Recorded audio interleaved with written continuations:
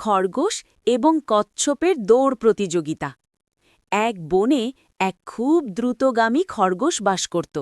সে তার দ্রুত গতির জন্য খুব অহংকার করত এবং বনের ধীরগতির প্রাণীদের নিয়ে ঠাট্টা করত। বিশেষ করে একটি কচ্ছপকে দেখলেই সে হাসাহাসি করত। একদিন অতিষ্ঠ হয়ে কচ্ছপটি বলল, তুমি যতই দ্রুত হাও না কেন, চলো একদিন একটা দৌড় প্রতিযোগিতা হয়ে যাক। খরগোশ হেসে কুটিপাটি হয়ে রাজি হল। প্রতিযোগিতার শুরু। পরদিন বনের অন্য পশুদের উপস্থিতিতে দৌড় শুরু হল। মুহূর্তের মধ্যেই খরগোশ চোখের আড়ালে চলে গেল। কিছু দূর গিয়ে সে পেছনে তাকিয়ে দেখল কচ্ছপটি অনেক দূরে পড়ে আছে।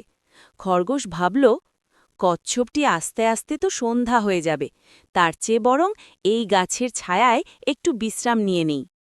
ঠান্ডা বাতাসে খরগোশ গভীর ঘুমে আচ্ছন্ন হয়ে পড়ল। নীরব বিজয়। অন্যদিকে কচ্ছপটি এক মুহূর্তের জন্যেও না থেমে ধীর অথচ স্থির গতিতে এগিয়ে চলল। সে যখন ঘুমন্ত খরগোশকে পার করে গেল, খরগোশ টেরও পেল না। হঠাৎ যখন খরগোশের ঘুম ভাঙল, সে দেখল সূর্য ডুবো। সে দ্রুত দৌড়ে ফিনিশিং লাইনে পৌঁছল, কিন্তু গিয়ে দেখল কচ্ছপটি আগেই সেখানে পৌঁছে জয়ের হাসি হাসছে। খরগোশ লজ্জায় মাথা নিচু করল। গল্পের শিক্ষা। অহংকার পতনের মূল। ধীর ও স্থির সংকল্পই শেষ পর্যন্ত জয়ী হয়।